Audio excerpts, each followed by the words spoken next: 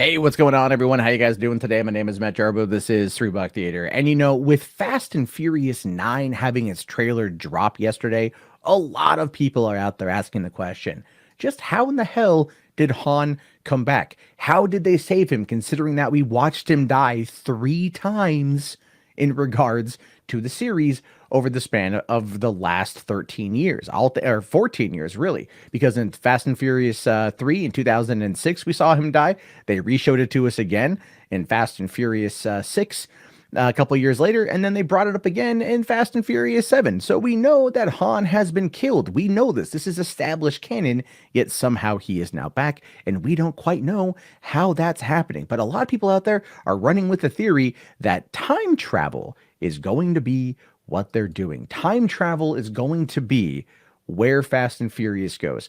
And no, it's not. But let's talk about that for at first, because I want to lead into something else.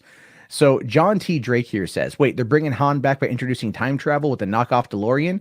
I hope you go there. And what they're referring to here is this Pontiac Fiero with a rocket booster on the top of it. Obviously, it's meant to be a bit of a joke, considering that Fieros were known to kind of blow up. This does look like an original 84 model that they have modified to look and to maybe not blow up actually, but to be able to handle the power and the speed. But anyway, going back to this here, this is what it says. Dexy here says, at first I thought it was Hobbs and Shaw because all I saw was that guy getting punched by a car and catching it. Nothing strange here. But then that plane caught a car and I knew.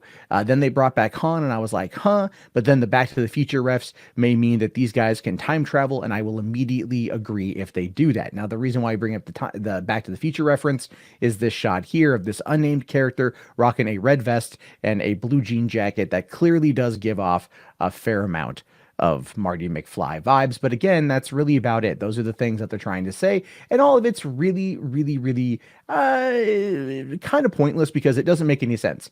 It doesn't make any sense. And the reason why is because it actually ends up breaking the rules that the series has already previously established. And you might be thinking to yourself, wait a minute, you're telling me that the Fast and Furious franchise has rules at this point? Isn't it basically just a living cartoon or a live action cartoon?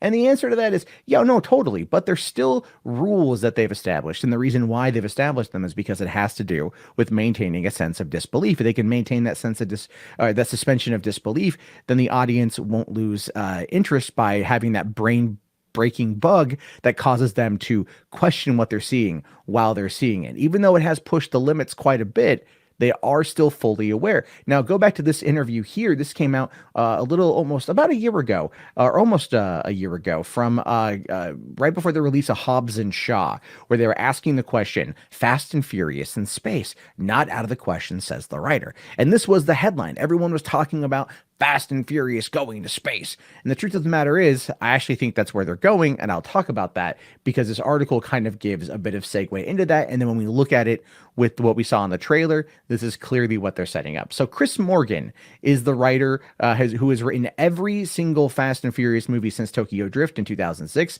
He is intimately familiar with the challenge of needing to push the boundaries, but in an interview with Polygon, he did explain that there are rules he is unwilling to break when it comes to the outrageousness of his stunts. Time travel is outrageous. It's not any form of proven technology, so having it be in there in some way or another does feel like it's going to be pushing the boundaries too far. That being said, Idris Elba being a nanobot enhanced super soldier in Hobbs and Shaw, that's something. But he says here, I have one internal regulator for this stuff. I'm a big action guy and a big action fan. I love physics too, by the way. I think the limiter for me is that we have to bend physics and never outright break it. So how do you determine that? Well, for me, while you're watching the movie and while you're watching the action sequence, does something happen that's so physically impossible or absurd that it breaks faith with the audience, that you suddenly can no longer enjoy the movie and you don't care about the characters because of that breakage? And that is actually something that comes up quite often because this is one of the bigger ones here.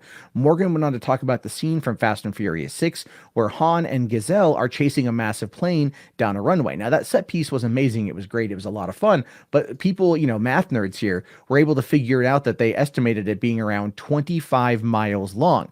I've seen a graph on Reddit right after it came out that had estimated that it was around 125 miles long, given how fast they were going.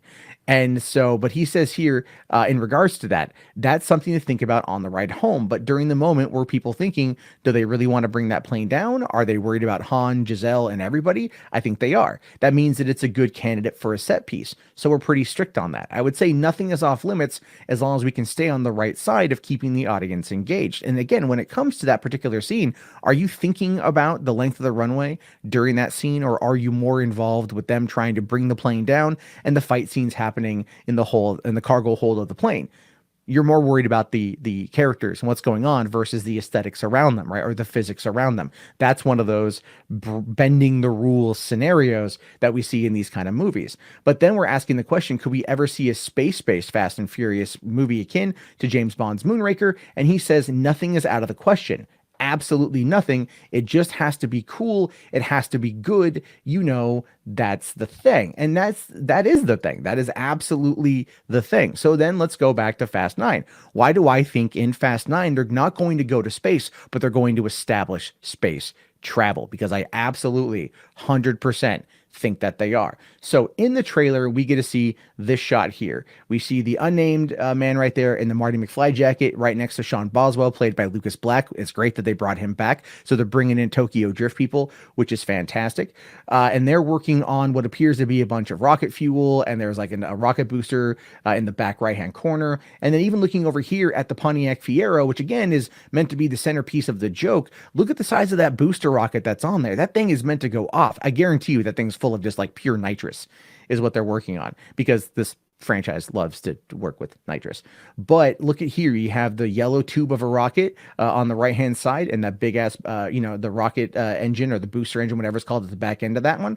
So they're clearly experimenting with a whole bunch of different technology to make sure that when this thing goes off, it it hits 88 miles per hour, and then they're going to see some serious shit, but they're not going to see serious stuff in regards to time travel. In this shot here, we can basically establish what's going to be happening. So we can see that there's the VTOL with the car underneath it, the magnet plane up here in the shot, and Roman is driving the Fiero, which is funny because Pontiacs are generally known as balls of flames, and so he's driving that thing, and they're going to be using it as a way to intercept that particular vehicle. There's no other reason why. They're going to try to get a way to either track it or find out where it goes or whatever. But I guarantee you that car is going to rocket itself up. That car is going to rocket itself up to space, or it's going to do something where that's where they're going to be headed. They need to get enough propulsion in order to get out of the upper atmosphere. Now, another thing I noticed, and could be something that I just picked up on, was the laptop here. So it says VT Miltope, right? This is the laptop, and I was kind of curious what exactly it was. Well, looking on their website for VT Miltope, it's actually a military grade laptop, like other services. They design rugged systems for extreme conditions that demand extreme support, and that is what these guys are doing. So they're clearly working on something here that is going to have a large deal of necessary needs to have a military grade computer. Now that could just be cross branding and something that the producers are able to get VT to either donate or pay for access or whatever. But I do think that this is going to end up putting them towards the whole emphasis on going towards space, because when you look at the Fast and Furious technology that they've used, they have found ways to advance it to keep it kind of modern with the times. So in Too Fast, Too Furious in 2003, they used this kind of shock dart to take out vehicles, right? It was kind of an EMP dart sort of thing. It just short circuited the entire car. And then in Fast and Furious 6, they had very similar technology in the opening scene versus Owen Shaw. So clearly that ended up being repurposed and kind of, upgraded and evolved over the years to be something that could be used to shut down vehicles, like with using something like a hockey puck instead of like a big lawn dart. That just goes to show you how technology has advanced. Never mind everything they're able to do with these cars at this point, staying within the realm of the physics that the universe of Fast and Furious has provided. Now, like I said, this is a live action cartoon. So physics and all that stuff don't generally tend to mean a damn thing. But suspension of disbelief from an audience perspective in regards to the set pieces has to be maintained. And they have done things, especially in Fast and Furious 6, that definitely caused people to question the physics. I believe that movie was one of the ones that they really kind of pushed it to the edge to see what stuck. And I'm referring mostly to the runway scene, being upwards of 25 miles, as well as Dom getting shot by Letty and then being fine like 2 hours later. And also on the bridge sequence when Letty's going to fly off the bridge, Dom crashes it on the other side, rockets off of it, catches her, and they happen to land on the hood of another car. Again, physics defying situations. But then we also have seen them become basically living superheroes, and they've done it over amount of time to where we as an audience are just accepting of it because we enjoy the outrageous nature of it.